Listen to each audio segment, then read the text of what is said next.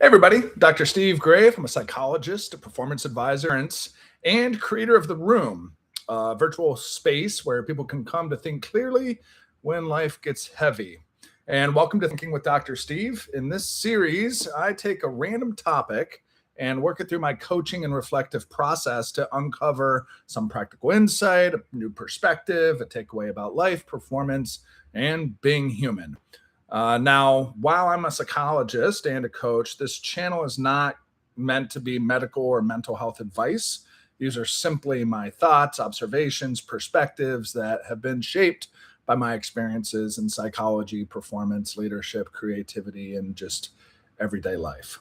So just because I say it doesn't mean you have to do it. So if that sounds interesting to you, let's see what today's topic is, shall we? Handy dandy Sakio app. What do we got? Volcano. I don't know. I don't know.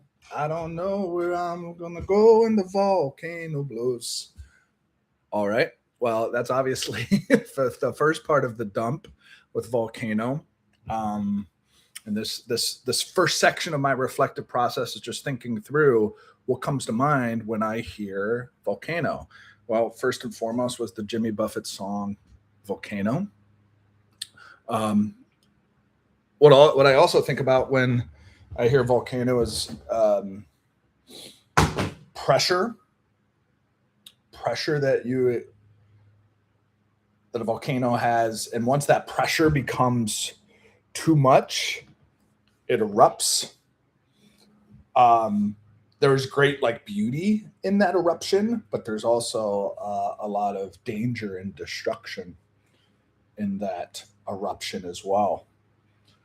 And things are okay when they're contained underneath the surface.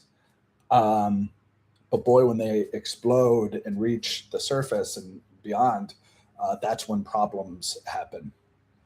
All the while, it's kind of simmering under the surface. I'm also thinking of Mount Vesuvius. I took this Latin class in high school thinking it was going to help me with pre-med vocabulary bullshit, root words and suffixes and all that shit. And I remember one of the books that we read about Latin, they referenced Mount Vesuvius. I remember my teacher, Mrs. Galida, and Mrs. Galida, she'd always have this saying, regardless of when it was throughout the course of the year, if it was the first day of class in the morning, or if it was afternoon, after a lunch, midday through the school year, she'd always say, I know it's the first day of class and you all are very hard to pay attention, but we just need you to focus in. And if you were had a class with her in the later afternoon, she'd say, I know it's after lunch and you guys are probably tired, but you just need to focus in. If it was the third month of the semester, I know it's the third month of the semester and you guys are probably tired, but you need to focus in. And I always thought, maybe it's not a win problem, it's a motivation problem. And we just don't care about Latin. Okay, interesting. Maybe it's not a win problem, it's a motivation problem.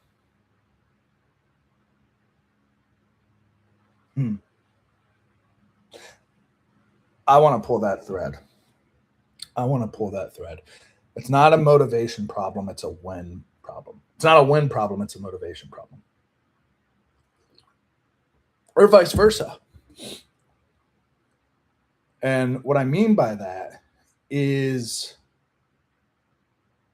do you ever have initiatives or goals that you want for yourself, and you'll start it for a little bit, but then you get sidetracked for a while, and then you try to come back to it, and you get sidetracked a while, and it's this thing that you think you want to do. It's a thing that you think or feel that you want to accomplish. But regardless of when you try to do it, over the course of your life, it just never seems to work out. And so you wonder just how strong or deep of a motivation that you actually have for the thing. Because if there isn't a strong motivation, it doesn't matter kind of when you want to attempt to try something. If there's not enough fuel or motivation or passion within the fuel tank, it's likely not going to progress. So that's kind of an interesting thought. The converse to that is maybe you're highly motivated, but it is a timing issue. So in the case of Mrs. Galida, maybe she's right. Maybe it is a result of being after lunch on a Wednesday. That's why I'm not able to focus on Latin today.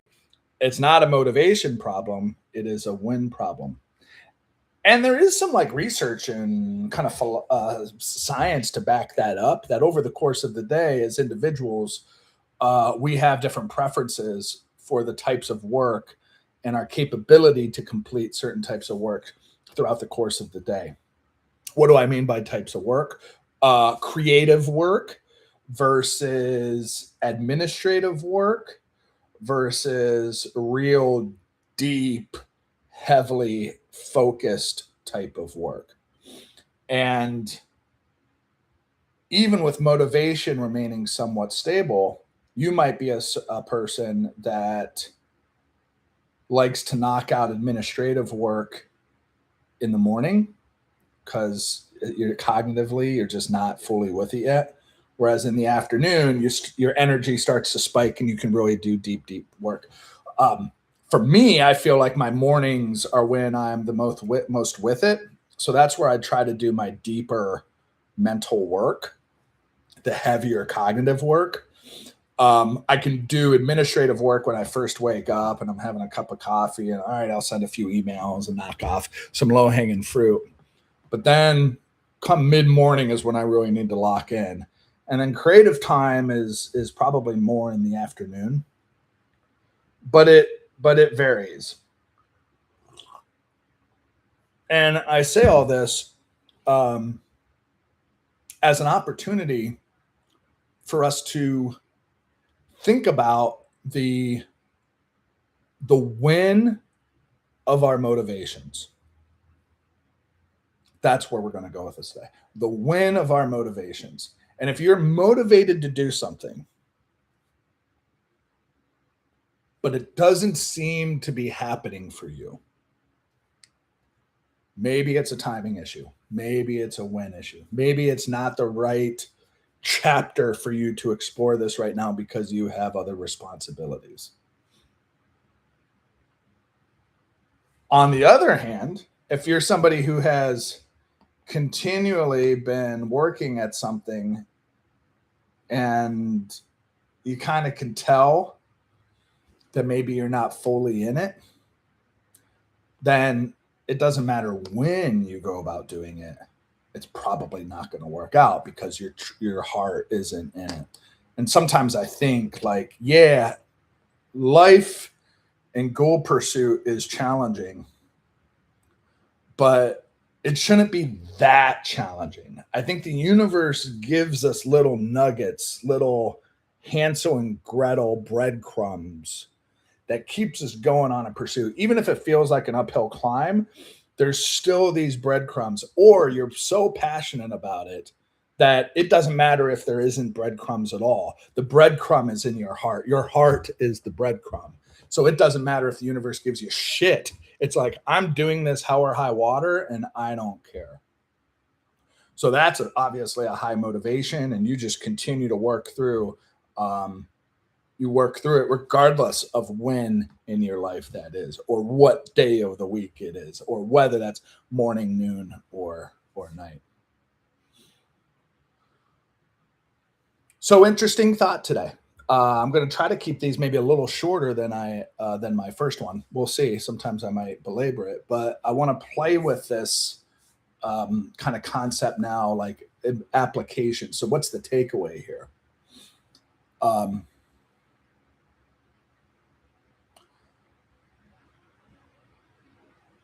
I think the takeaway is just a kind of an assessment.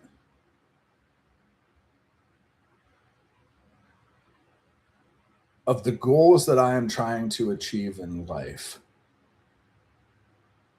Is it a motivational thing that's creating the obstacle? Or is it a timing issue?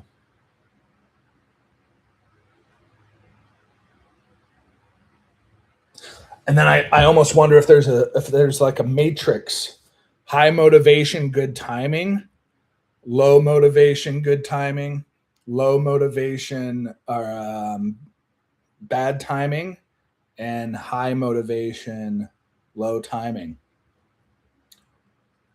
And I could imagine with each one of those, there is like an intervention that is required. So high motivation, great timing, ooh, perfect. Ride that wave. Ride that wave. Execute. Low motivation, but good timing. You might need another project. You might need another project. You might need to shelf that thing to see if the motivation bubbles up again. Because the cream always rises to the top.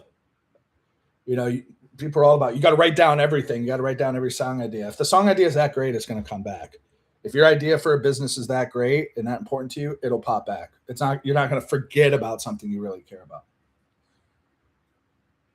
If it's high motivation but bad timing, maybe that's a matter of patience. Maybe that's a matter of patience, of just hanging in there a little longer, continuing to follow those breadcrumbs, or your heart breadcrumb. And then finally, low motivation, bad timing. Stop thinking about this pursuit. There's plenty other pursuits. Why are you even thinking about the pursuit? Is it because social media told you to? Is it because your parents told you to? Is it because it's something that you went to grad school for, so you think you're supposed to be doing it? You know, why is this even still on the table when there's other things that you likely have at least some motivation for or are better timed? So that, I like that matrix. That's a cool matrix. So I'm gonna reflect on that, just on like my coaching business, because it has some ups and downs of success, but I'm motivated. I'm motivated to like know where it can eventually get me in terms of remote, nomadic, rewarding work. And the motivation is there. I think the timing, I just have to continue to follow breadcrumbs. And if you're in that situation where you're motivated by something, but it just keep following the breadcrumbs.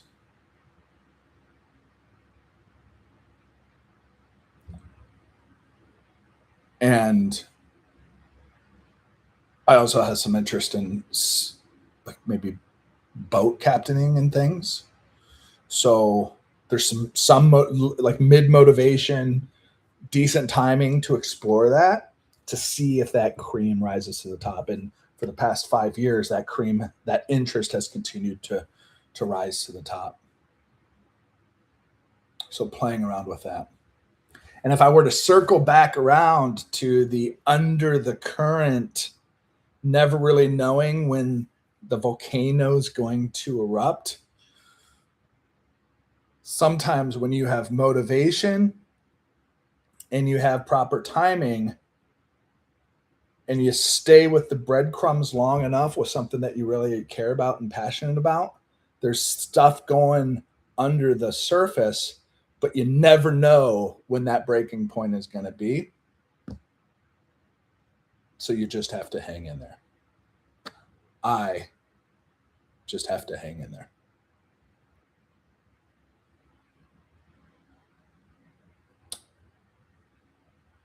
Because I don't know. I don't know. I don't know where I'm going to go when the volcano blows. Well, Jimmy, here's to you, buddy, because who knows where we'll go when the volcano blows, when the motivation meets the timing with the pressure of readiness.